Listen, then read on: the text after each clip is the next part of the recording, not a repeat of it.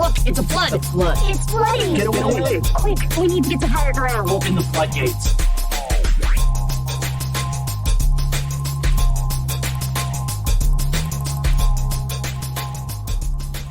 Four of our listeners know who the fuck Fushnickens is. Do you know who? No?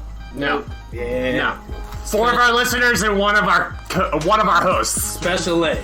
Like, that's House Shack rap. Not like special ed, like, haha. No, like special ed the rapper. Like, that's a real deep cut for my hip hop heads. Lately, I've been thinking in freestyle, but they're just coming so fast in my head, I can't write them down or remember them. Damn, don't you hate when that shit is like your thoughts just keep rising up and crashing through? This is Doc And Ziggy. with the flood. And what do we do, Doc? Hey, we make the mainstream make sense.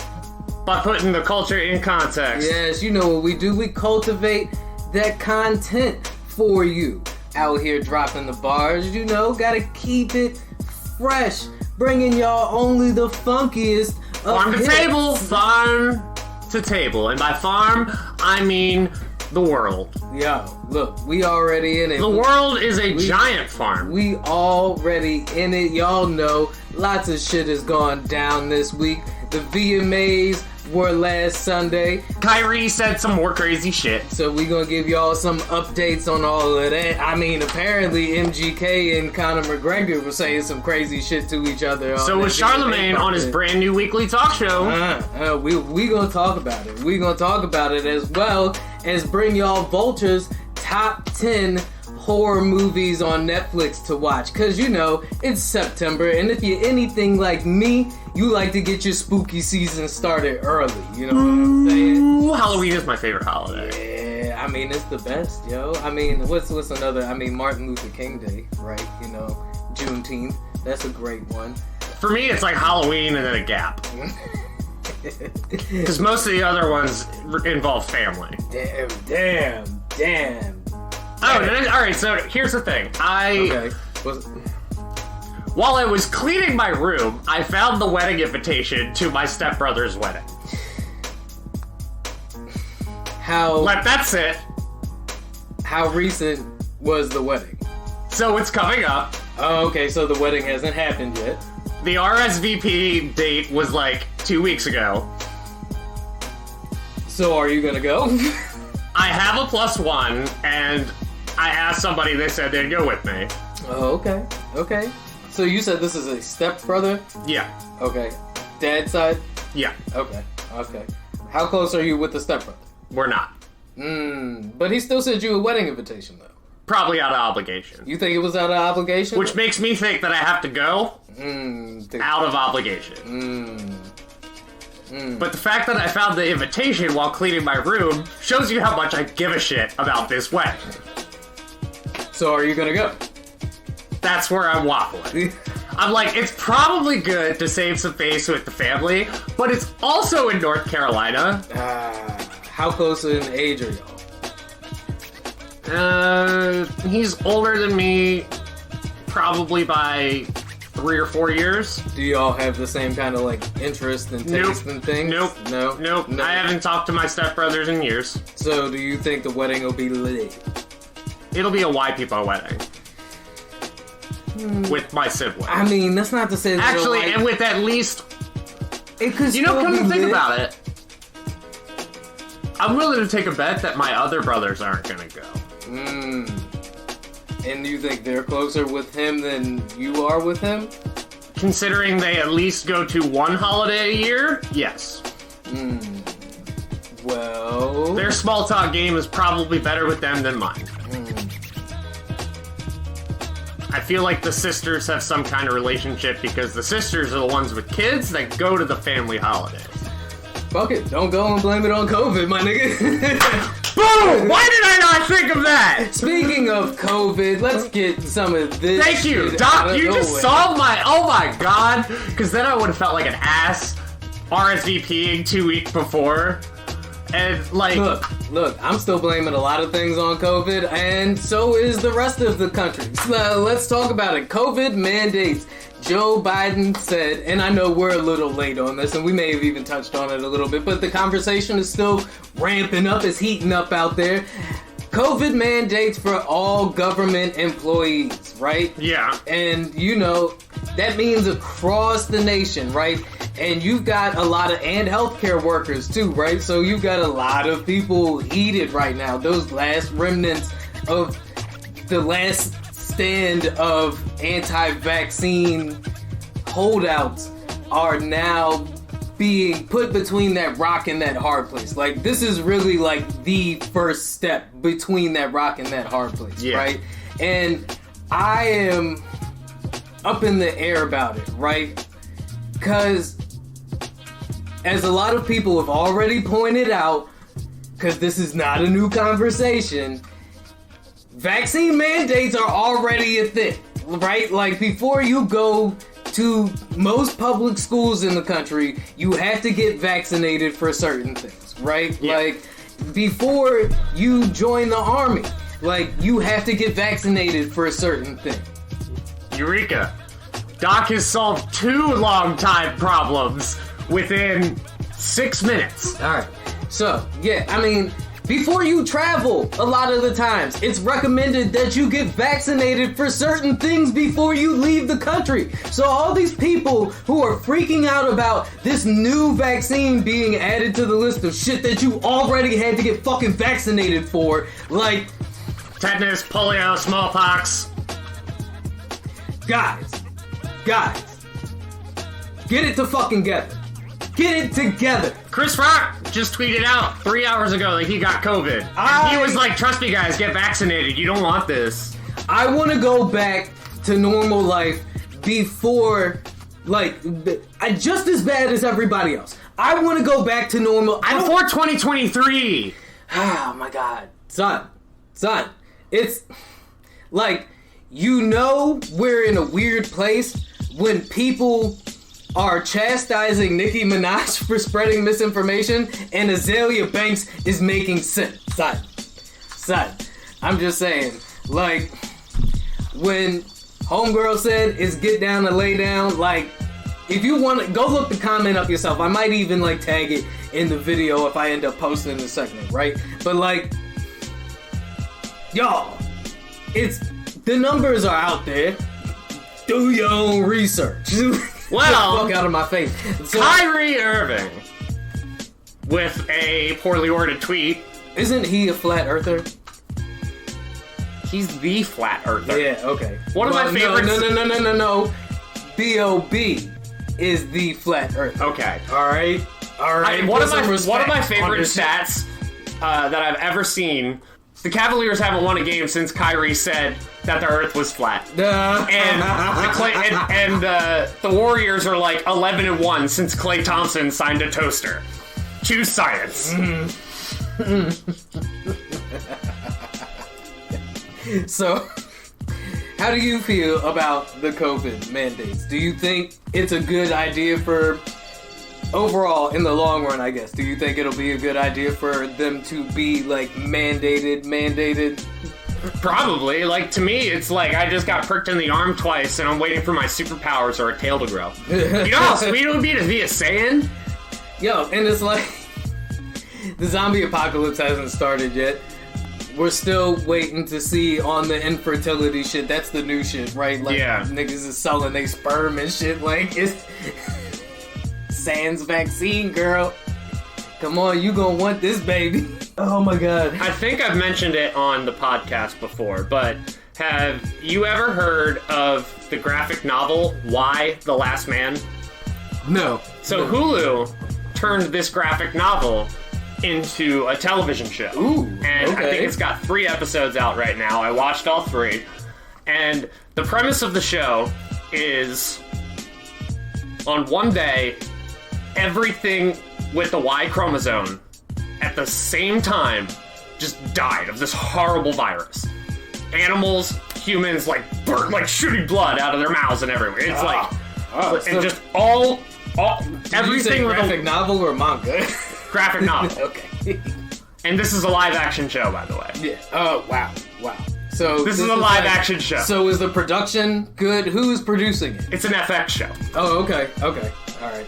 So think Walking Dead type of graphic nature done in live action. Okay, I'm looking at it now. So this is starring Lashana Lynch, Barry Kogan.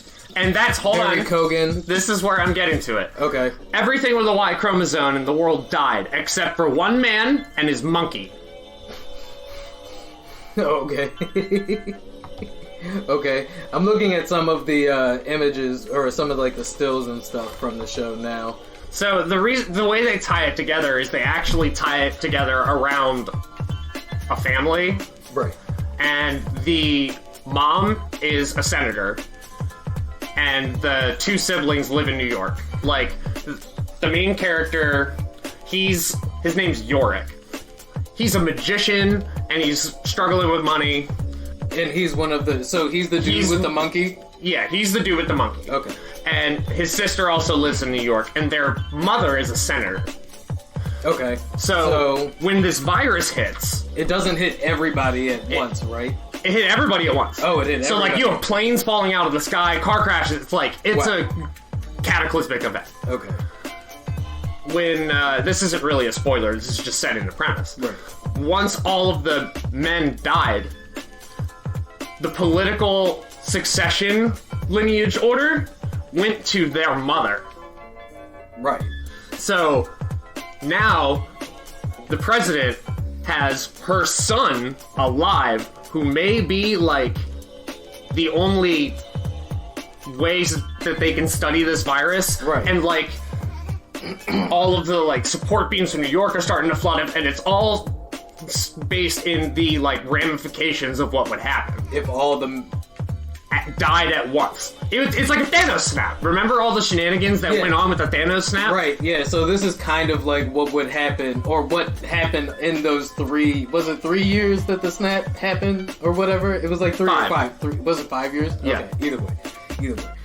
But it's basically... I mean, this sounds kind of interesting. Not kind of. This does sound bad interesting. But, like, now they're dealing with, like, all of the infrastructure collapse, and now they're also, like, we have to go to all of these sperm banks and get all of this, because the human race would die with that generation if they don't have anything with the Y chromosome. Yeah. So there's a run on sperm, and so that's okay. So doubling it all back, right? So, do you think this show may have prompted that conspiracy? No. How recently did this show come out? Like 3 weeks ago. So, look, I'm just saying, here... None of us are shooting blood out of our mouths, okay?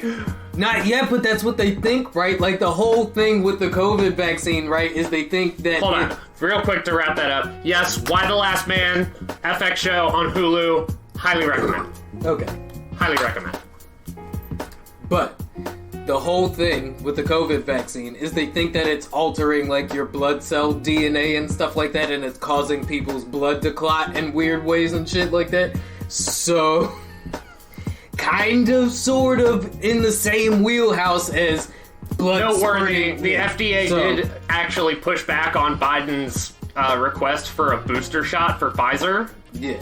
The FDA was like, I don't know, bro. And it was like a 13-2 overwhelming vote. Yeah, but that's also because right now there are still millions of people throughout the rest of the world who need this vaccine. Like, India is still, like, in extreme, like, vaccine, in need of vaccines. Like, that's historically true. So, the idea of giving out boosters while people are still waiting on their first dosage, like, I just listened to a Behind the Bastards episode on, like, Ivermectin, right? And what's going on with that whole craze. And Robert was talking about how in a lot of third world countries, or countries without good healthcare programs, Ivermectin is a safe drug, right? Like, on its own, when it's used for what it's supposed to be used for, it is a safe drug. So, maybe like a third world country having a dirty water supply? Exactly. right? And you get a parasite from drinking bad water, Yeah. right? Like, then you take Ivermectin, right? Not the horse kind, because there is a kind for animals and there is a kind for humans, and people are taking the kind for animals because doctors won't prescribe the kind for humans for COVID, right? So, long story short, that's what's going on with that. But in, like I said, poor countries or less developed countries, right? You have this run of people taking Ivermectin because they're still waiting on the vaccine, right? Where here in America, people don't want it anymore. So now we're like moving on to our fucking first round of like booster shots and shit like that. And it's like, no, there are still people who are dying because COVID is still killing. And here brings me right to this Kyrie tweet that I have mentioned. To quote Kyrie Irving, the modern American philosopher, "My mask is off. Now take yours off. No fear." Oh, And he was talking about the metaphorical masks that we all wear. Okay, at least he was. So he didn't come out as. I mean, but is he? Because he's a flat earther. So Busta Rhymes is anti-mask, right? Like, so. With Kyrie, we're never sure. I'm not wearing my Kyries right now, but there's a third eye on the tongue of the shoe. So. Well, look. Kyrie is a strange one. You know what else is strange? What? Holding a rally for the January 6th insurrectionists. And that is exactly what happened yesterday as we are recording on Sunday, March 19th.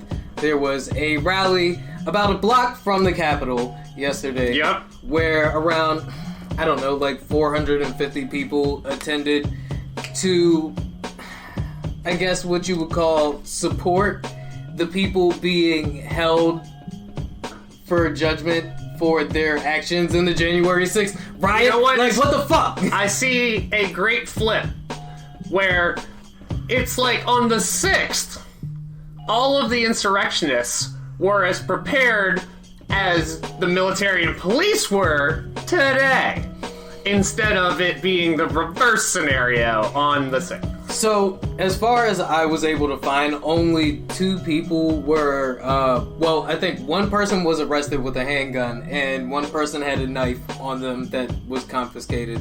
But not that many people showed up to this shit, because most of the people on the right wing were smart enough to be like, don't go to this shit. Like, Laura Ingraham said she didn't know anybody that was going. So many other people were like, oh, Roger Stone said, no, don't go, it's a trap. A lot of people thought it was an entrapment, right? If you don't put Admiral Akbar up. A lot of people thought it was entrapment. They thought it was a way to lure people in to arrest more people from the January 6th riots. And apparently the dude who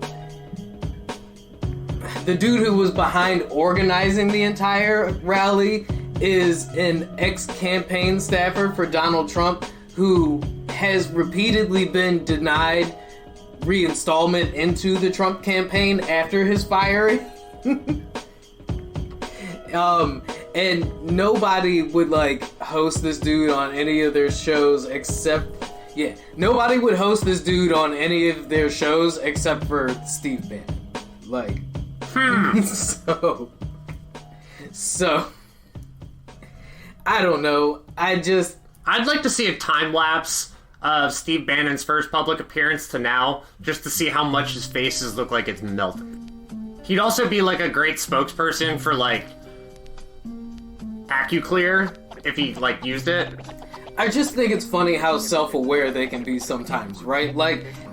The grifts that are going on versus the grifts that get clearly denied and pushed to the side. And this was a clear example of one of the ones where they were yeah, no, this ain't it, chief. Fucking rally for what most people are willing to admit in private and in public was a national fucking embarrassment. Bad idea. Bad optics. However, they are willing to fight with $300 million to try to recount the California vote. And they spent $300 million for Floyd Mayweather here to be throwing you some L's. So, Gavin Newsom won, right? And yeah. they were beforehand planting, misinformation and misleading election fraud data and. Let's just think real simple for a second.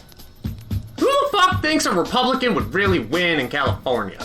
Well, so I'm not gonna say that a Republican couldn't win in California, but the idea that they were going to recall Gavin Newsom for a dude who polled in at something like, I don't want to give him 3%, right? Because that would feel like I'm just taking a jab at the dude. But I want to say 37 times in the chest.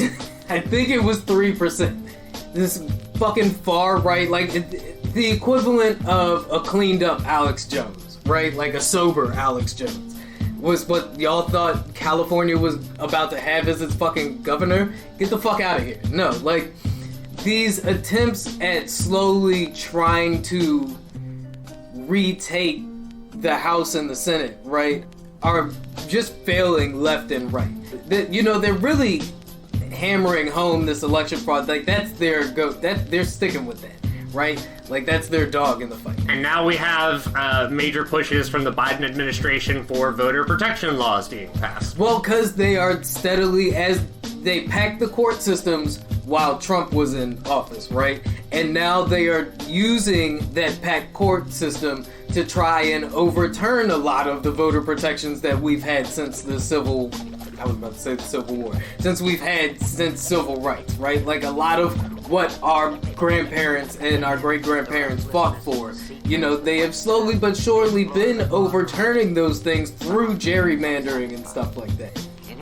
After y'all came at Biden over that Afghanistan shit, I'm hearing, rumors that Biden is talking about siding with getting rid of the filibuster so they can start pushing through some of these initiatives and shit like that, because Biden's got to make up for leg room. Because, look, we haven't talked about it on here, but what happened at that airport was once again a national fucking embarrassment. Excuse me, it was an embarrassment on top of being a tragedy, right? This whole withdrawal from Afghanistan, once again, we can't pretend like this was drawn. Normal, bye guys!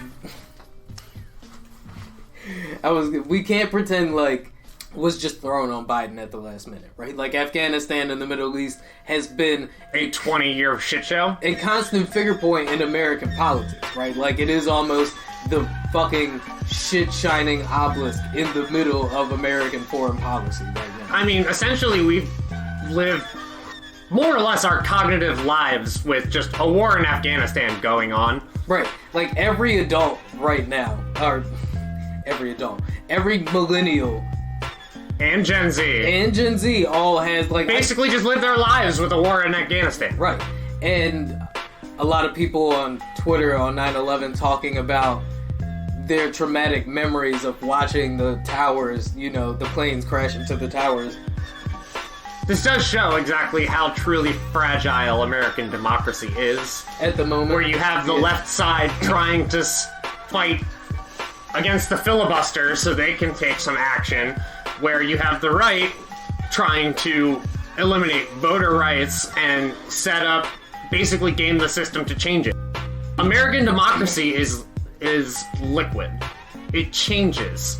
And that's the problem. No, it can change into something unrecognizable, and that wasn't actually American democracy to be. I think that's only becomes a problem when you have an uneducated and unactive voter base, right? Because what we were doing and I will argue have been doing since the civil rights era, is complacently voting in these representatives who tell us one thing in public and do another thing behind closed doors. I said it a couple of podcasts ago. Our government treats us like children, and they don't tell us what is really going on because they're afraid of how we will actually handle it. And it's not just because it's not just because the average voter is uneducated, and I don't mean to say the average voter is dumb. I mean the average voter is uneducated to the system and how exactly the system functions. I mean, any, like, government deadline that requires the citizens to do anything, not a deadline, there's gonna be an extension. There's always an extension. But my point is, since the civil rights era, we have been complacently letting these people do their jobs without totally being aware of what it is their jobs actually are. And they have, like you said, fluidly changed the definition of what their jobs are, right? To the point that they are effectively fundraisers for their own passion projects. And that's really what your fucking politicians are doing, right? And when they leave the political sphere, they go into the private sector and they rake in the rewards from all of that fundraising they were doing. And we're sitting here left holding the fucking bag like... We're on fire today. Yeah. We just broke down the entire 20th to 21st century American political spectrum and all of the issues going through it and how it dates back to the Civil War. Civil rights era. Civil rights era. You would argue Civil War. I could argue Civil War, actually. I could, if we had the time. For 29 minutes. So, on that note... Let's take a break.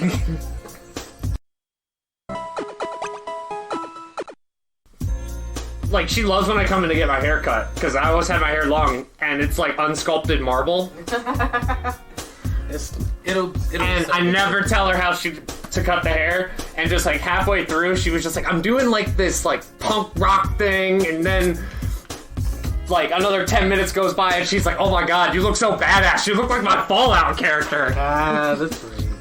Oh, I love Roxy. We talked about Dragon Ball Super for a little bit. But I also know when to just shut up, because when she goes into her zone and she's just, like, imagining as it all goes along. Yeah, she doesn't respond as much. Yeah. And plus, you know, they'll have just, like, music videos playing or something. Does she cut at Floyd? No, she cuts at Street Line in Glen Burnie. Oh, okay. I told you, I moved to a black barbershop. Good. Get to know us. You know where you can find us. At the Flood Pod on everything. Alright, well, I told you about... And that's on everything. It's literally everything. We've locked it all up. On everything. Ooh, I need to get the League of Legends summoner name. Hit us up at the Flood Pod on League of Legends. Do we have a Discord, right? No, we don't. Oh, we need to get a Discord. We have a Reddit. We do have a Reddit. At the Flood Pod on Reddit. Well, we need a subreddit. We even have a Tumblr at the Flood Pod on Reddit. I haven't checked the Flood And Pod. Patreon. I haven't checked that in forever. We have a Patreon. Hey. I have notifications set.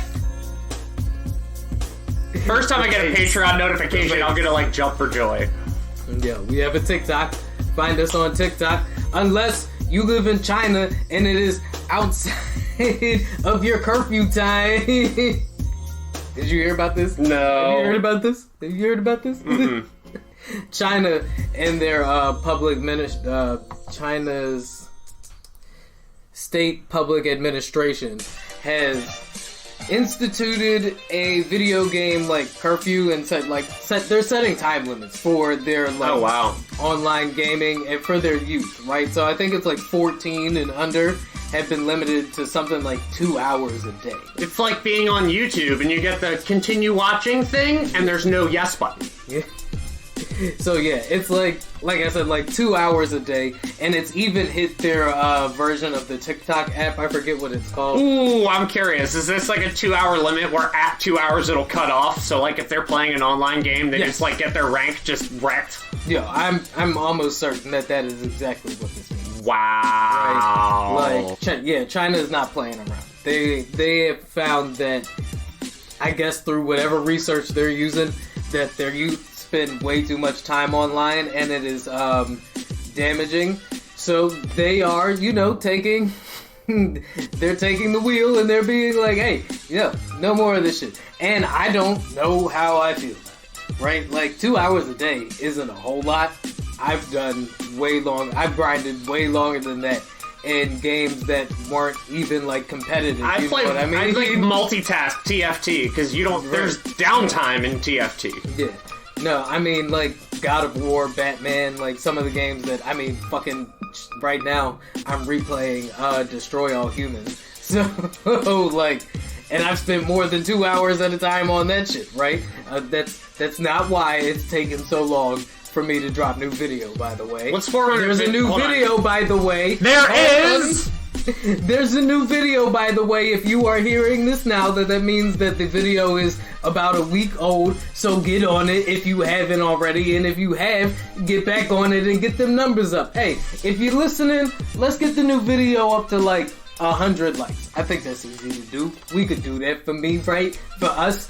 For the guys, you like us because we bring you the ha-has, right? You want us to keep bringing you the ha-has? Well, then get that video up to 100 likes or I'm going to kill every last ha-ha there is. But keep the death threats to 140 characters or less. Yes. So 2 hours a day, right? Yes. I'm just doing some numbers. 2 hours a day. I'm doing some numbers real quick. Right. So 450 divided by 24. That would be 2. Where did you get the number 450 from? Huh? 450? Oh, I'll tell you. Over 20 days that I have played Breath of the Wild. Oh. So you're saying that with China's time limit, with China's curfew, I would still be playing Breath of the Wild. You would have played for 20 days. Like, no, I'm saying I have over 20 days of gameplay time. Oh, you would have over 20 days of gameplay. No, I currently have over 20 days of gameplay time. At 2 hours apiece. At 2 hours a day. I'm trying to understand what is your equation, sir? My gameplay time on Breath of the Wild, I haven't played it in a while. Right. But what I'm saying is I've put over 20 days, full 24-hour time days into that game. Oh. Just to give you a frame of reference of 2 hours a day. Yeah, that's what I'm saying. Yeah. That's what I was trying to get at. Yeah. Oh, wow. But that also means for, like, TikTok, too. So, I don't know if they have YouTube in China. I think they have YouTube in China. But, I mean, so if it's coming for TikTok, I can't imagine that it would be long before it comes for YouTube. So what happens if you're like scrolling through like TikTok and once you hit the 2 hour mark and every single time you hit the next one it's just a new picture of Xi Jinping? Anyway, so yeah, I mean, look, I feel like we have had, on like far left and far right sides, we've had campaigns against, video game consumption and online consumption before. Currently, one of the issues being talked about is this internal report that was leaked from Facebook, pretty clearly stating that their own research has found that IG is bad for teens' mental health, specifically teen girls and shit, right? Like, they have found that a lot of teen girls report that their low self-esteem comes from the things that they view. Majority, a lot of it comes from the stuff that they view on Instagram, right? The hypersexualization that's on there, the body modification, glorification that exists on the platform. The algorithm is specifically designed to give you a highlight reel of people's lifestyles, right? So when you feel like you can't match up with that, though, it's a hit on, what you feel like your value is. I would like to refer everybody to the Bo Burnham special Inside, specifically his song White Woman's Instagram. And if you haven't listened to it, I actually did a Damn It feature episode with friend of the pod, Perv, who does stage production. Shameless plug. And he actually found that to be the most interesting piece in the most interesting song in his entire piece. Well, because the entire video is filmed in the Instagram size frame. Yeah. Except for when he's talking about like the real life problems with the woman going on behind the scenes, and it opens up again. And then when it goes back in, it goes to the Instagram square. There's a metaphor right there. Yup. You're right. Like, I mean, that's obviously the point of the whole thematic element. Yeah. But, yeah, I mean, okay, so the point I'm trying to make here is if this kind of thing flies in China, could you see that kind of thing being instituted over here, especially with, like, alright, let's take it to a step even further, with porn, right? Because there is this current, like, I mean, even when you say the word porn, right, it hits like the word fuck does, right? Haha. Yeah, just saying it out loud is enough to make... You wanna know why? The way Texas is with guns, California is with porn. It's not just California, though. It is like I'm talking like the industry. It is a decent... Oh, well. That's all based okay. I get what you're saying, right? Like, you're saying that Texas produces guns like California produces sex. But there is a decent amount of this country who is waging a not-so-silent war on, like, porn and the porn industry, hence the OnlyFans switch-up, right? Like, OnlyFans wasn't just trying to drop that shit from its platform for no reason. It's because they wanted to go public, and because they deal in sex work, it was preventing them from opening up publicly to allow investors in. That's a really funny way you phrase that. Phrasing.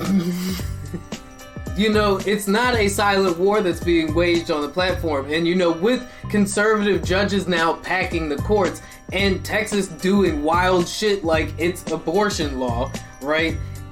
I could see porn curfews and, like, shit like that being things that certain states try to implement here if they feel like they have the leg room to kind of, you know, really show off. So, another reason why it is very important to remember that this is normal, my guy. The midterms are coming up. Vote. The midterms are coming up. Get ready for the misinformation. Get ready for the campaign cycles to start ramping up again, because and it's going to be important that you stay tuned in, tapped in, and informed, Joe, and that you vote. And that you vote, because this shit ain't over, and we are at a boiling point, and it is a tipping point as well. Right now, we're dealing with a national employment shortage, right, that I'm sure is going to fuel a lot of campaign trail rhetoric moving forward here. We are dealing with hospitality work shortages. You know, restaurants are having trouble finding workers. Hotels are having trouble finding workers. We are dealing with public sector shortages, right? Like a shortage of teachers who were willing to come back and teach. A shortage of bus drivers. Like here in, you know, Maryland, we've had a shit show with the public school systems, bus driving schedules, because they just don't have the people, right? Like they've got people retiring left and right because a lot of them are older, and they sit in that demographic of people who are extremely susceptible to COVID transmission, and they are being paired with the other demographic who is also extremely susceptible to COVID transmission right now. The under 12 years old demographic, like, come on. It's a perfect recipe for disaster, right?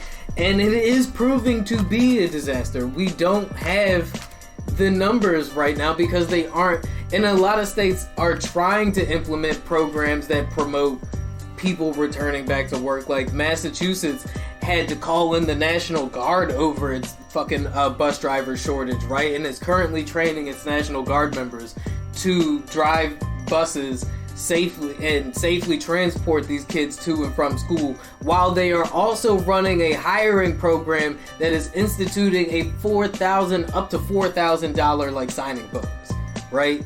Like, so they are really, the drive to get people back into the working sector is also on high right now.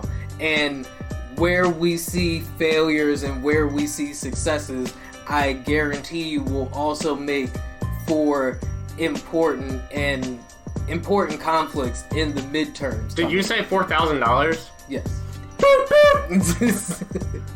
You gonna move? Come on, kids, get on the board! hard. You gonna move up to Massachusetts? Oh man, look, that would make doing the pod hard, right? But it would sure make for great content.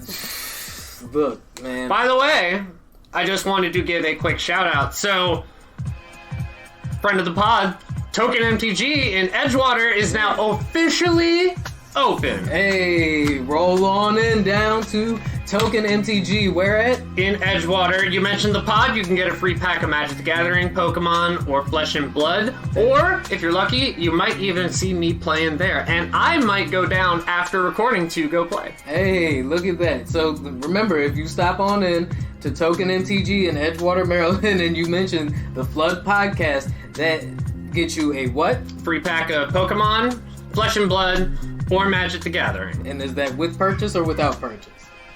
With purchase. With purchase. Yeah. So just remember that when you roll on down there. Don't be walking in. Look, we ain't got the hookup like that yet, y'all. But, I mean, if you mention it, you might get a free sticker. Who knows? You mention us when you go down there, you might get a free sticker. Look. Also, not official sponsor of the pod, but I work there. Check out Dangerously Delicious Pies in Annapolis. That shit's banging. There you go. Another place where you might catch the boys hanging out in the off time. But, you know, just be respectful when you run up. And don't run up with death threats. Write them down, please.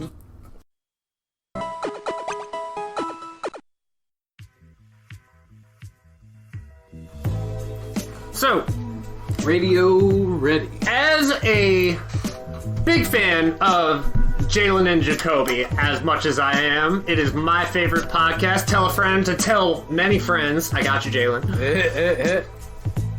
They always have the concept of, they never really go into it, but like a quote-unquote championship ring. The guy who plays Tommy from Power On. And he was like, hey, you got a championship ring. Okay. Or they'll talk like Michael K. Williams. He had a championship ring with The Wire. Right. So okay, I get. So yeah, the concept is contributing something so impactful that it constitutes a championship ring, because the rest a trophy of some kind. Yeah. So because anytime any NBA champion would be on TV, it's always like Kevin Garnett, 2003 MVP and 2008 NBA champion. So they always will. They can, like Matt Barnes. He like never played for the championship Warriors, but he has a championship ring. So what's your point?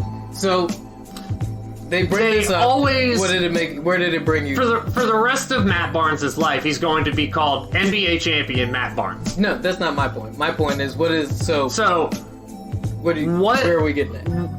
While they don't have the like title, like, you know, you wouldn't introduce Michael K. Williams as the guy who played Omar on The Wire, right? Michael K. Williams. So are you? But we all know he's Michael K. Williams, the guy who played Omar on The Wire, right?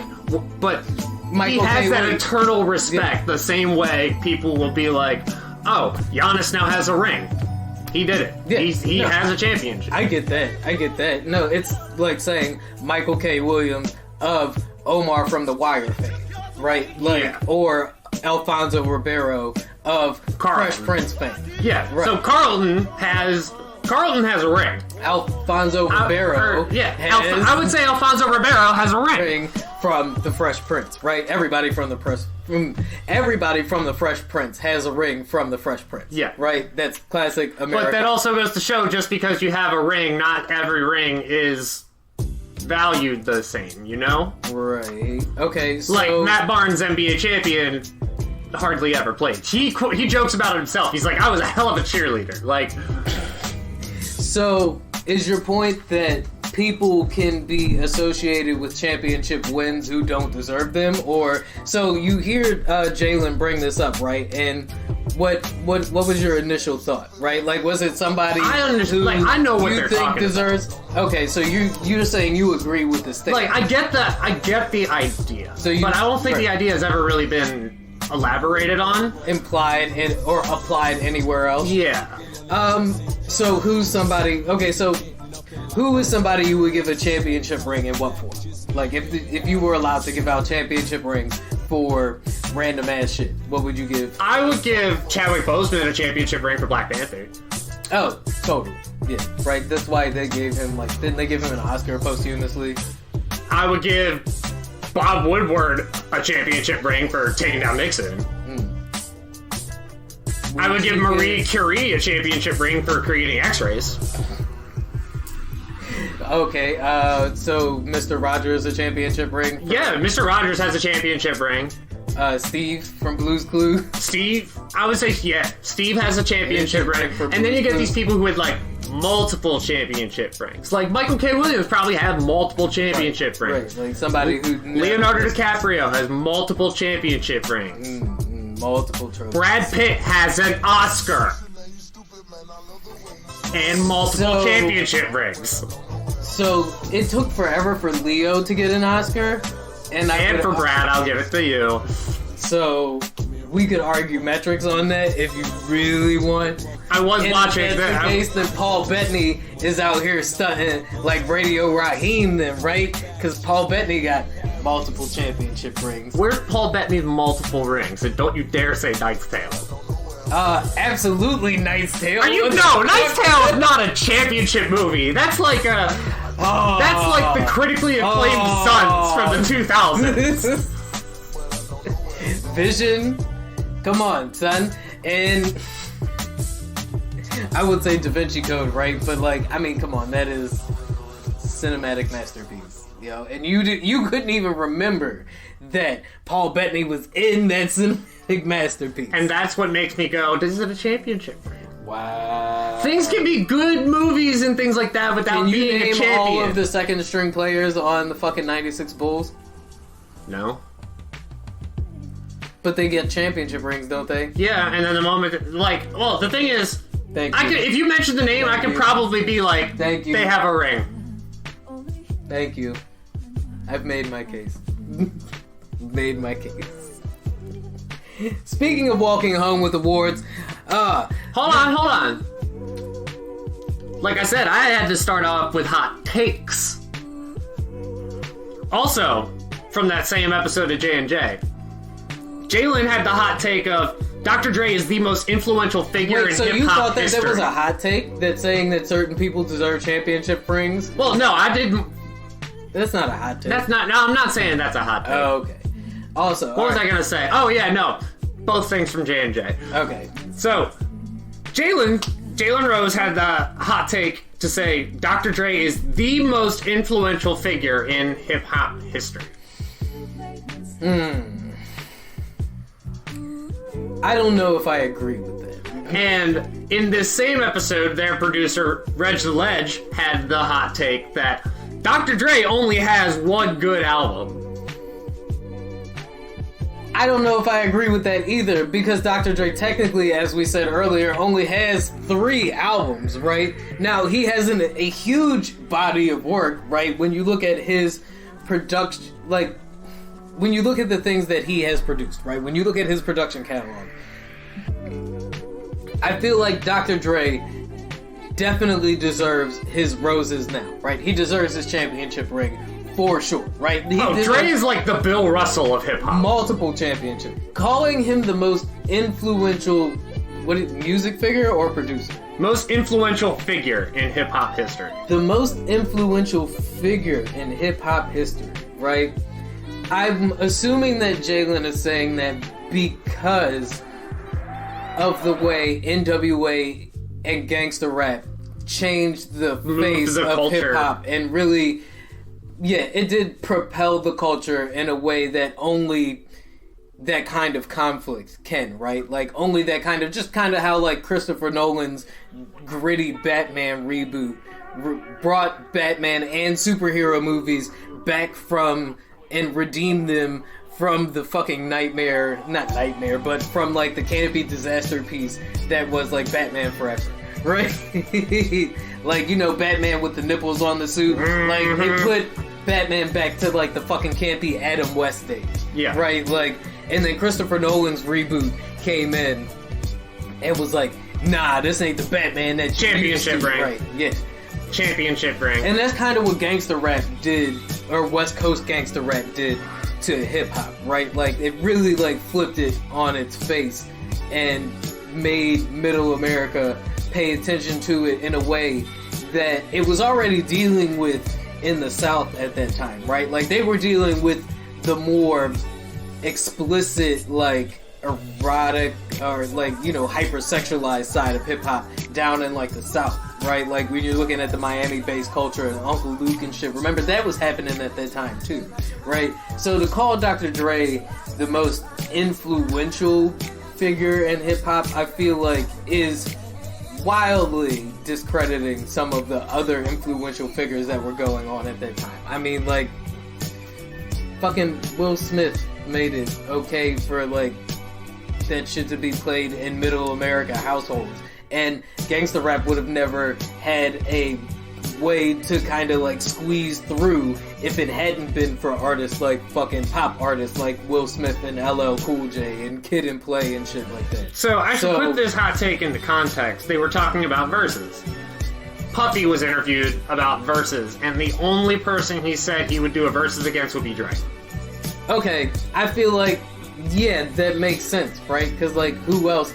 I know, this is where the whole fucking JD shit came through, right? Because, like, fucking Diddy had the nerve to say that he's never heard JD played at, like, weddings and shit like that. And Diddy knows that that's a goddamn lie, because JD fucking ruled R&B in the 90s, and Diddy needs to stop pretending like he's both the R&B king and the hip-hop king.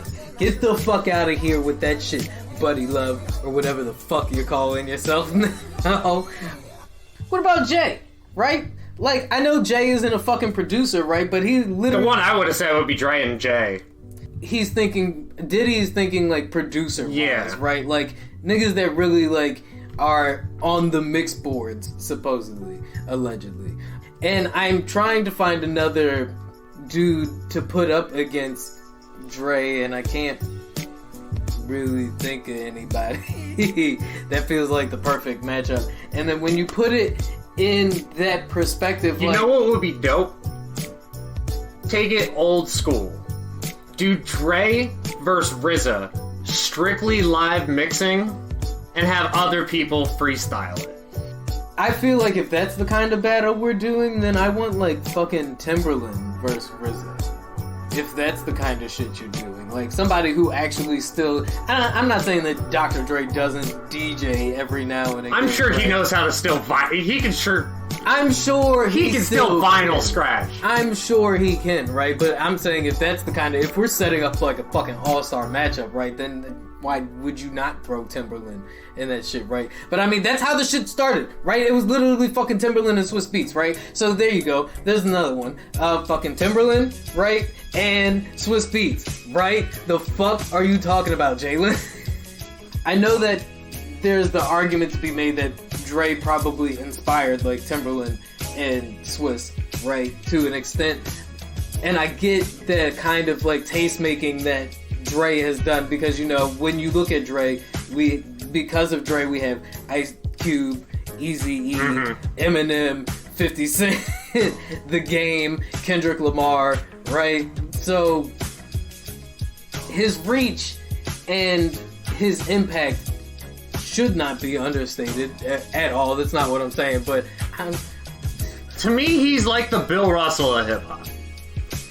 Like I said, Dre and his two classics, right, are like Blade Runner, right? To me, The Chronic is like Blade Runner, and the Chronic 2001 is like Blade Runner 2049, right? Is that what it was? Yeah. Yeah. So, which means that, like, 2001, like the black-faced album with the little weed in the middle, that's like Alien. If we're gonna keep it with Ridley Scott. No, I said it's like Blade Runner 2049, right? That's what No, the album with the, like, the black album with the little leaf in the corner, that was really good. Yeah, so was Blade Runner 2049, right? That shit wasn't good, but it took Dre forever to put that shit out, just like it took Blade Runner 2049 forever to come out. And that's when Dre introduced, like, that's when he had, like, Exhibit and Eminem and shit like that. Yep. So and Eminem is like Ryan Gosling, right? Right? Guess I just compared Eminem to Ryan Gosling. So that means that Dr. Dre is Harrison Ford, which ergo means that Dr. Dre is Indiana Jones and Han Solo? and Eminem would be Chewbacca. Low-key kind of making him one of the most influential figures in hip-hop. Alright, Jalen, maybe you have a point. So you know who else has a point? Me! Oh, Lord. Charlamagne the God launched his new talk show, The God's Honest Truth. New content alert.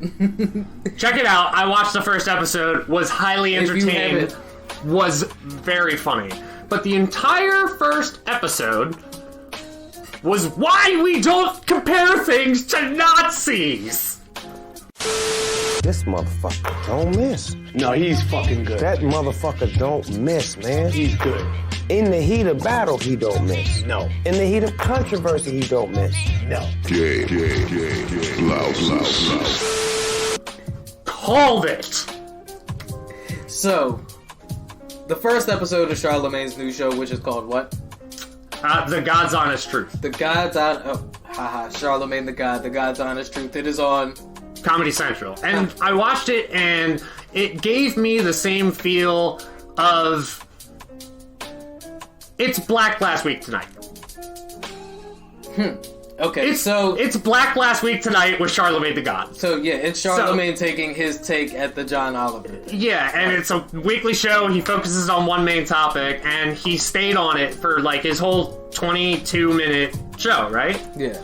Like, you watched the whole thing. You like it? No, I haven't watched it yet. That's what I was telling you earlier. I haven't gotten a chance to watch it yet. I'm looking to see who the writers and stuff are on. So, explain what the show is set up like. Is it a panel type show? No, it is a very much like John Oliver. He's talking to the audience, trying to make a long form, elaborated point, mixed in with comedy. And honestly, I'm gonna say, like, I love John Oliver. And I love his random comedy. Yeah. But Charlamagne's lines are set up to be more subversive and almost like hip-hop lines that, like, hit you where you're like, you go, oh! So, I know that, John Oliver has a decent amount of ex-crack staff at his writing table, specifically Daniel O'Brien. So if you're familiar with any of like the Cracked magazine online content, then you will probably pick up exactly where a lot of the John Oliver like comedy or like the delivery and stuff comes from.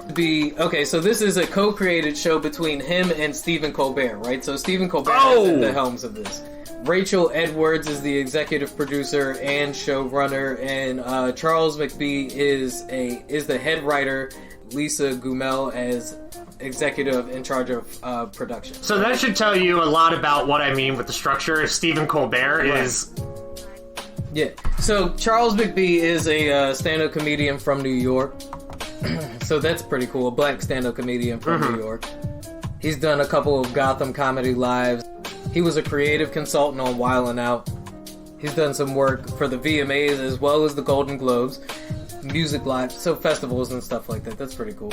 Alright, so yeah, Charlamagne is giving work out there to, you know, young, aspiring talent. I'm pretty happy about that. Let's see, Rachel Edwards. Okay, so she was, Rachel Edwards was a producer on Wildin' Out as well. Okay, so it looks like Charlamagne has pulled some Wildin' Out talent from this to help him with some of his takes and punch up some of his jokes and stuff like that. So if you're familiar with that kind of humor, then that's that's what you can expect from the show. You know, with a lot of the smart, grounded context that Colbert brings to things. Right, and that Charlamagne can bring to things too. He can certainly when he's deliver. not serving hot takes, right? Yeah. Like, but this is Charlamagne's way of serving hot takes John Oliver style, right? Okay, so that's hot. That's hot. I'm with it. The whole we shouldn't use Nazi imagery is compared to obviously like Confederate stuff, and the whole episode is about decrackification of America. Although I would argue that there are a lot of through lines between the Confederacy and the Nazis. But he nor there. He had like the episode from South Park where they had the shit counter. He had like a little Bob Dole Nutcracker figurine in the corner that dropped a new number every single time that Charlamagne said cracker. It's crazy. All right, Charlamagne. I will give it a check. Excuse me. It sounds like it's in the same wheelhouse as Killer Mike's. Killer Mike's trigger warning. Yes. Sounds like it's in the same wheelhouse as Killer Mike's trigger warning. Yeah. In spirit of spooky season, I've been watching the show on Netflix called Brand New Cherry Flavor.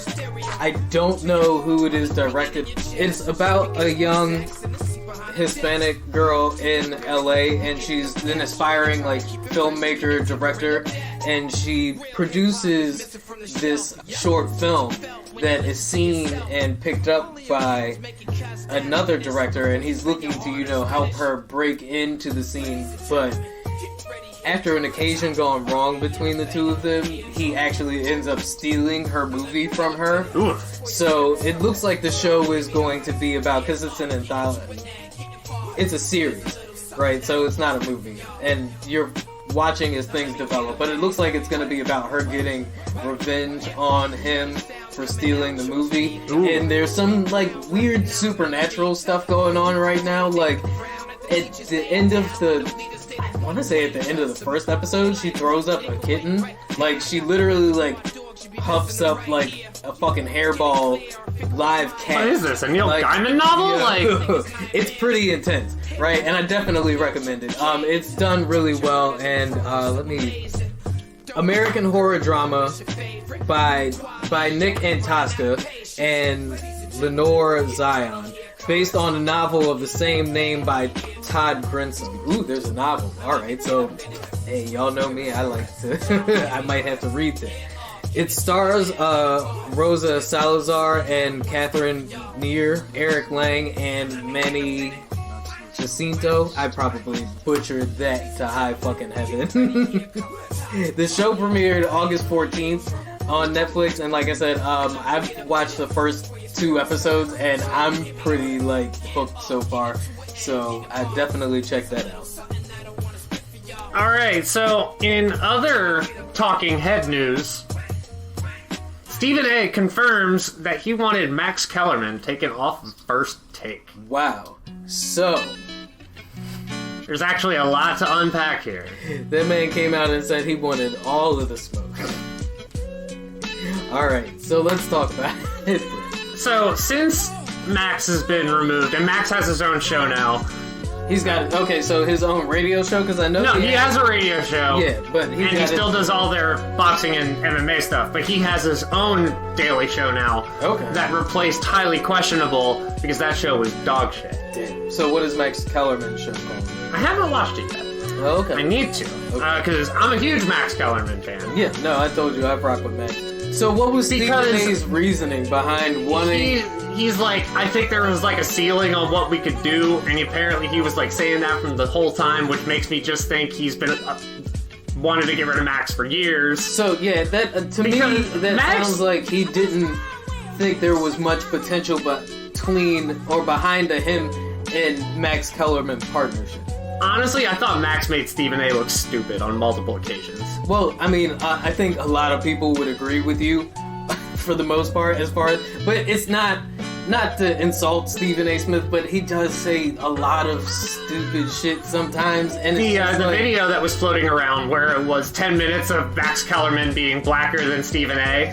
Look, the one part where they were talking about the optics of you bringing that video up, but look, there have been plenty of times where Max Kellerman is more on the side of like what the culture is leaning towards than Stephen A. Smith, right? Like Stephen A. Smith has multiple times put himself in opposition to what the narrative is at the moment. And right? it was one part in that video that really made it point out to me, and no, it wasn't T.O. going, Max is blacker than you are. But I mean, look, as problematic as a statement from Terrell Owens may seem to some people, he's not the only one who has made that statement. Like, but they were talking about the Zach Randolph weed bust. Yeah, that was like how it was quote unquote intent to distribute, and he's just like, no. I mean, the laws are fucked up, and I'm pretty sure Zach Randolph doesn't need to sling dime bags. Right, Max did, and rightfully so point out that this man is making millions of dollars. To insinuate that he would be out there nickel and diming weed, of all fucking things, weed, right? Like, he's a fucking basketball player. You're not gonna tell me he doesn't know somebody who's fucking buying like 8 balls of fucking coke every night, right? Yeah. Come on, like, it's the idea. Right, the insinuation is just that it's problematic. But I want to point out that, since you brought it up, I want to point out the problematic nature of insinuating that a wealthy black man is out here fucking nickel and diming weed. Right? Like, that makes him look like a fucking idiot. 1, 2, it makes the culture look just like. And Stephen A. took this stance, and he was just like, why would you embarrass your employer? That's not the stance that I'm taking, though, right? Yeah, Stephen A. took the stance of, this is a professional embarrassment, right? And what I'm saying is, they are trying to, dehumanize and degrade that man by insinuating and implying that he was fucking nickel and diming when he makes enough money to have to not work for the, fucking rest of his life. So, right? I want to say that when I was watching that particular part, I got a pop culture metaphor that popped into my head. Oh yeah? Hit him with it. It was like Sam Jackson from Django talking to Christoph Waltz from Django.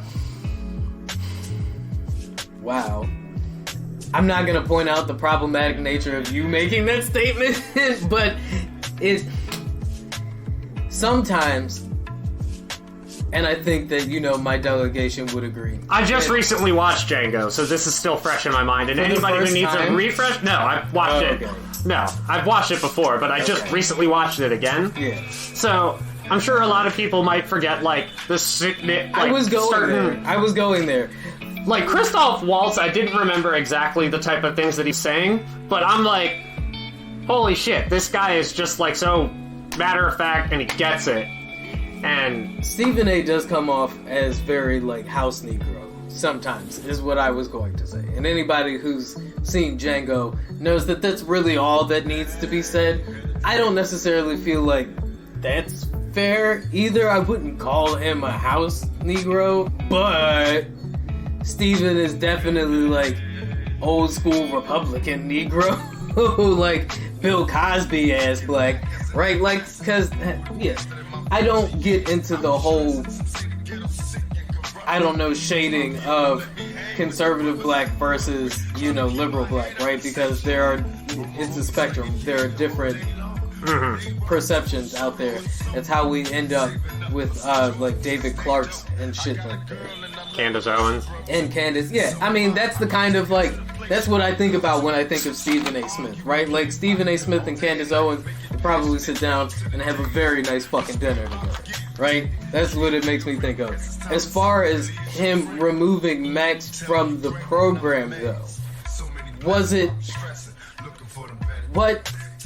it's almost like this is the opposite of the Rachel Nichols and Maria Taylor thing. Stephen A. also has said that he has his eyes on doing late night.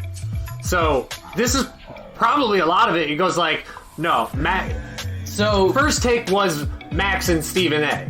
Now I think he just wants First Take to be the Stephen A. Right. The Stephen A. show. You get rid of the rest of the line of succession, right? So you can show how your potential shines. Right? You get rid of all of your competition, so that way there is no competition. Look at me, I'm Stephen A. Smith, and what it's like a band breaking up for an artist to go solo. What's his time block? I think it's 8 to 12. 4 hours? Maybe 8 to 10. But okay. it's First Take runs a long time. Yeah, I figured they have a lot to cover, right? Yeah. So, So Stephen A. is trying to show that he can command that 8 to 10 block by himself. And a right? rotating rotating panel of guests. And that's what makes a good late night show. It's exactly like you said, right? So get him out of the paint. He doesn't need a sideman.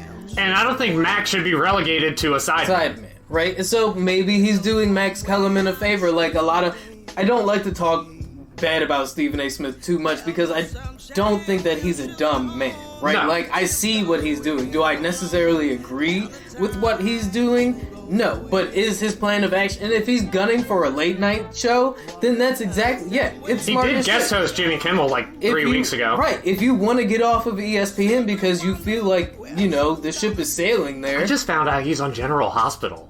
Steve, what? Yeah. Alright. So, I'd be on the lookout for late nights with Stephen A. Smith. The VMAs happened last Sunday. We are finally hip to some of the winners from that night. First and foremost, I just, I always want to check in with you and see, is this something that you were checking for? Are you still checking for? Does that No, but I just saw Video of the Year winner, and I'm like, well... How could you not? Alright, so, spoiler alert, if you don't know, now you know. It is a week later, guys. It'll be 2 weeks later at this point. Hey, it's Franklin. Look at that turtle go, bro. Montero won Video of the Year. And if you didn't think that was coming...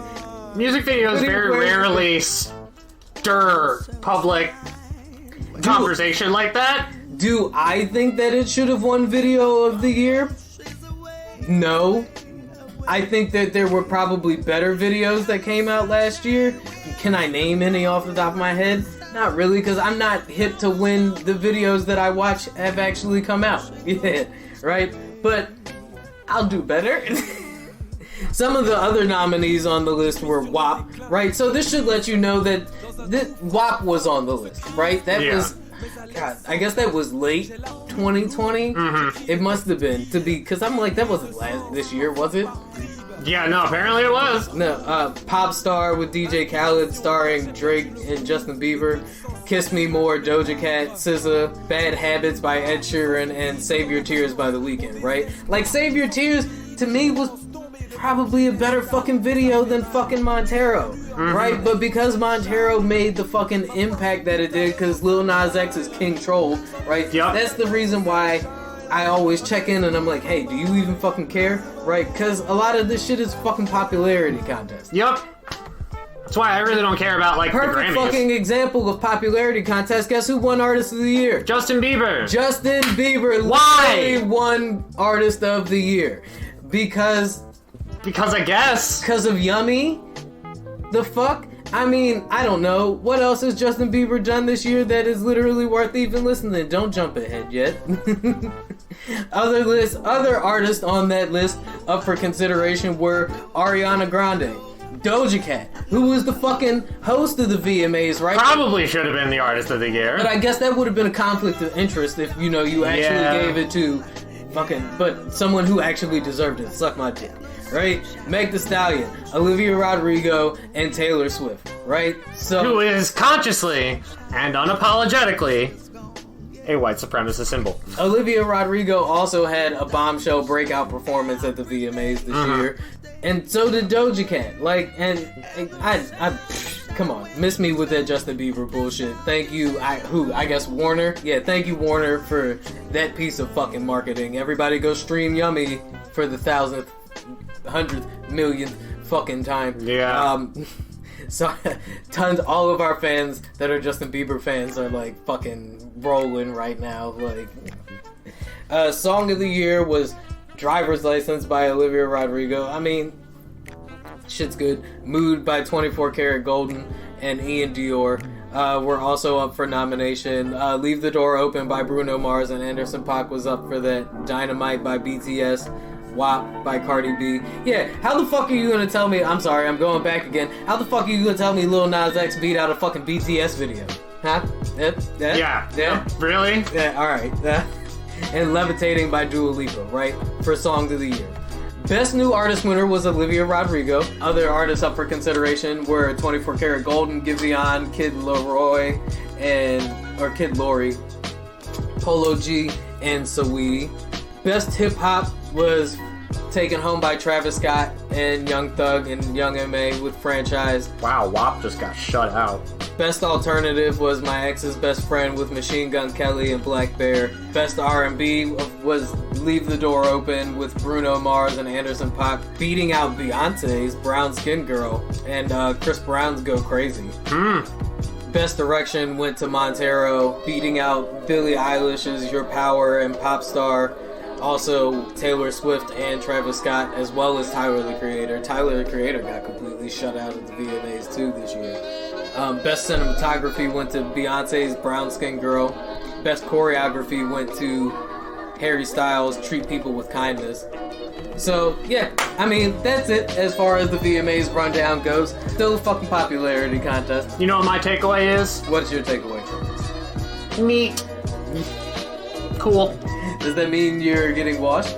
Because you don't care about any of the stuff that the TV for teens has to offer anymore? I don't know. I mean, look, I always try to tap in with this because, once again, like I said, it is a popularity contest, right? And this is a clear temperature check for the culture, right? Or at least for what I the will say, of the award shows, I care probably, like, the VMAs and the Grammys are, like, at the bottom. Right.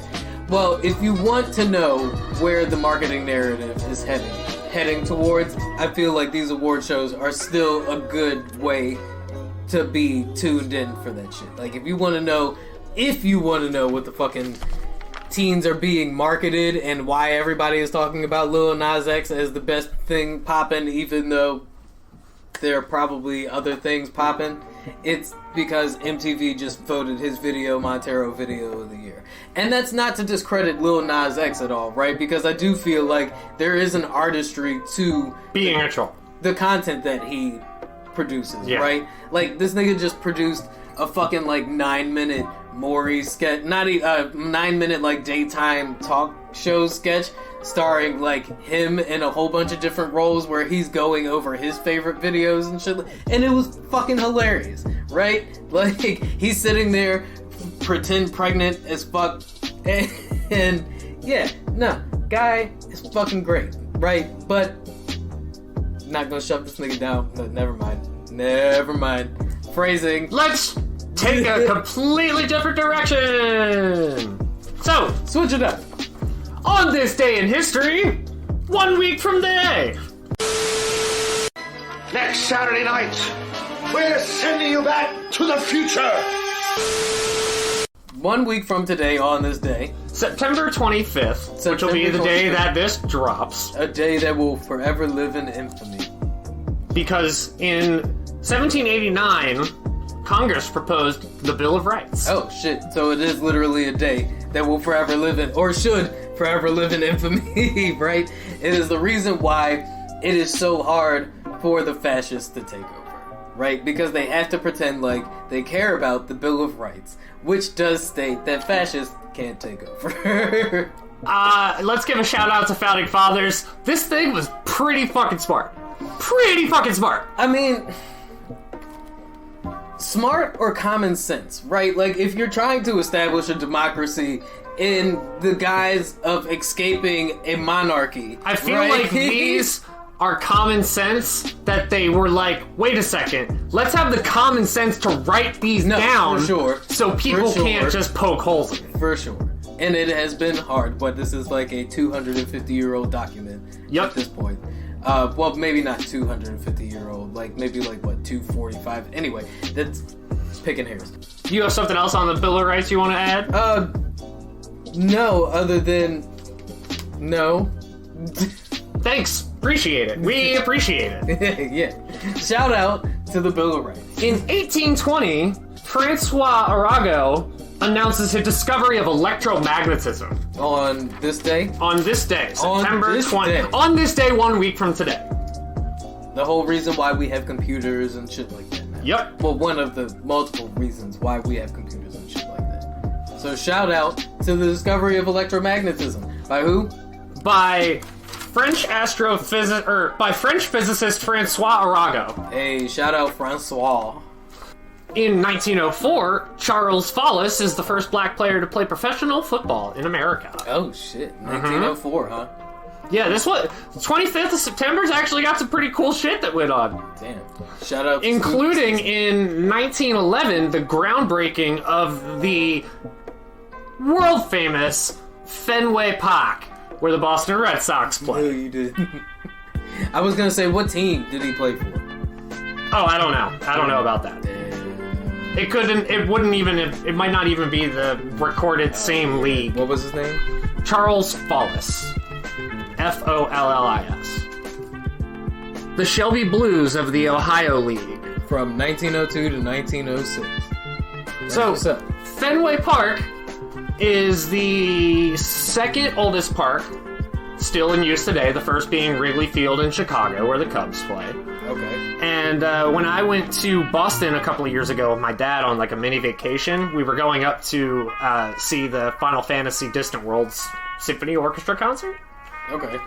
Performed by the Berklee College of Music. Right. So, real fucking good. Yeah, real big shit. Our hotel was right next to Fenway Park. And actually, another fun fact, it was the hotel where the 1919 Black Sox schedule to throw the World Series was had. Fun fact, little plaque on their wall. Okay. But it was the same weekend that Fenway Park was having a full open house. Right. So we got to go in the dugout, the locker rooms, the trophy rooms, like the press box. And it was really cool. Fenway Park, for a baseball fan, the equivalent of walking into the Vatican. Damn, that's deep. I didn't know it ran that deep.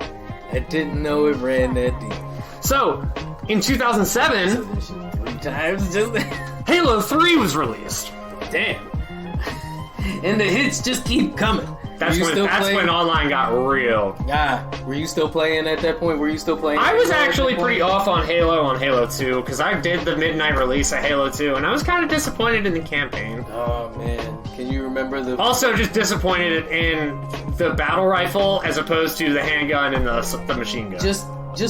You just brought me back to, like, a nostalgic point in, like, my gaming memory, like the release date hype. Remember how, like, when the pre-order hype and shit like that, people when you didn't have to download the game? Yo, people were waiting in line. When you couldn't I think that's part of the reason why we have, like, the download era, like, sprung up, is because there was such calamity behind the pre-order scandals and the fucking waiting in line like sneaker drops for like fucking the new Call of Duties and shit and Assassins. Remember, you niggas was out here waiting in line at 3 o'clock in the morning for Assassin's Creed. Don't forget that shit. Don't you ever forget. And we will never let you forget. Don't forget you niggas was out there waiting in line for fucking Modern Warfare. Getting fired from your job. Yo, I'm sorry. Anyway, go on. And the last one. You niggas waited in line for fucking Halo 3, dog. You niggas camped out for that shit. Never forget y'all niggas ended relationships over that shit. Somebody's marriage was probably ended over a fucking Halo 3 pre-order. You said entered. It ended. Somebody's marriage was probably ended over a fucking Halo 3 pre-order. I'd be willing to take the bet that entered as well. You think somebody fell in love in line at GameStop? I fell in love with the fucking... That is a fucking romantic comedy. Boom! Give us our check. I fell in love at a line at GameStop. Oh, okay. No, they fell in love while playing Halo 2 on Battle.net, and then they decided to meet up at the Halo 3 midnight release. Wow. Come on, Netflix, the movie. Can you imagine the picture, like the door opening, the clerk is like, alright, and then right in front you just have a guy, probably who looks like Peter Griffin. With the game case open? Yeah, like proposing to the wife. With the fucking, it's gotta be a the ring inside. Pop. It's gotta be a ring pop. No, next level it. Talk to the guy inside, put the ring inside of the Halo 3 case, and then he's the first one to order it, and he's like, thank you, and then turns to his wife and opens up the game case, and right in the middle of that little circular disc thing is a ring. And she's like, wow, Halo! Oh my god, I fucking hate you for that pun, yo. You know what else? We got one more. Oh yeah? Bill Cosby was sentenced in 2018 on this day. Hey. And then released. He was just released, right? Yep. Yeah. But yeah, September 25th actually had a lot of shit happen. That's crazy. So that'll be the day that this drops, though. Yes. It is 1 week from today. I got it. So, in other entertainment news, I had a few more quick bites. Y'all niggas gotta stop stealing stuff for the views. Yo, y'all are like fucking up the whole entire game. Out here dry snitching on yourselves for TikTok points? What the fuck is wrong with y'all? Have you heard of this devious licks trend that's going on? No, but it sounds like people live streaming the 6th. Yo. I mean, it's in the same vein, right? Like, y'all niggas is just as dumb. It's just as dumb. Like, what the fuck? Y'all can't be that bored of being inside that y'all are stealing shit now when you get the chance to be outside. That's very counterproductive. I know I'm not the only person that said this shit, right? And also, I don't know if y'all know this or not, but even if you turn your like data location and shit off, there's still ways to figure out it was you, my nigga. Like, have you not heard of Reddit detectives? They can figure out fucking anything. And a lot of them are not people, a lot of them are your fucking teachers. You fucking idiots. Oh my god, yeah. And I say teachers and shit, right? Because a lot of this shit is going down in schools. It's kids stealing like fucking exit signs and fucking pencil sharpeners and just dumb shit. Not like, and it's escalating, right? Because you gotta like up it, right? Like I stole a whole fucking monitor from my fucking school's computer lab. Stop it. I've stolen a couple street signs. But you didn't put it on fucking TikTok, right? Like, just my wall. The self-incriminate. Okay, but your wall ain't up on TikTok, right? And what if I film a TikTok? The statute of limitations on that, I'm sure, has far been exceeded. It was 2 weeks ago. Just kidding.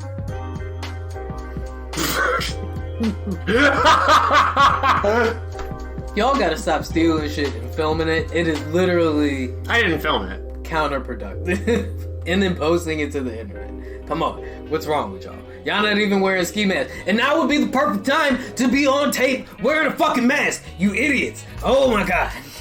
I've often thought during this how nerve-wracking it must be to own a convenience store. Speaking of TikTok, TikTok may soon be coming to Roku. So if you hadn't been able to get enough of your streaming on your phone, you will now be able to watch it in full vertical format on your TV. That sounds really annoying. To you, right? But I'm sure there are tons of people who that perfectly fits like the channel surfing, not narrative, but like I don't know what to watch.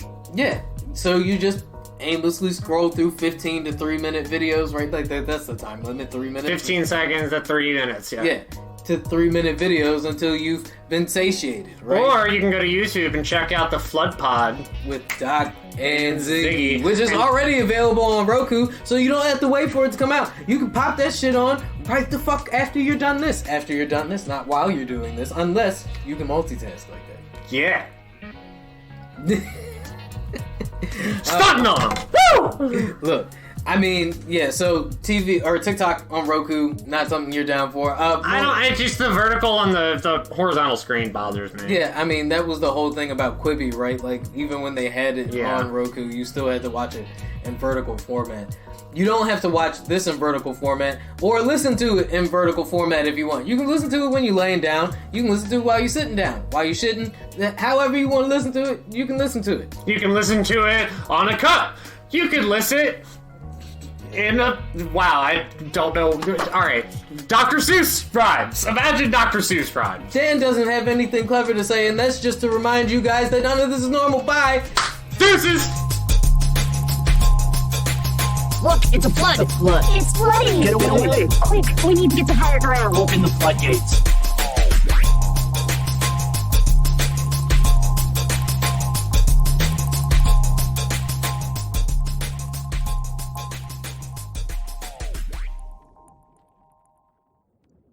Wait, why can't we talk about It black is stuff? time to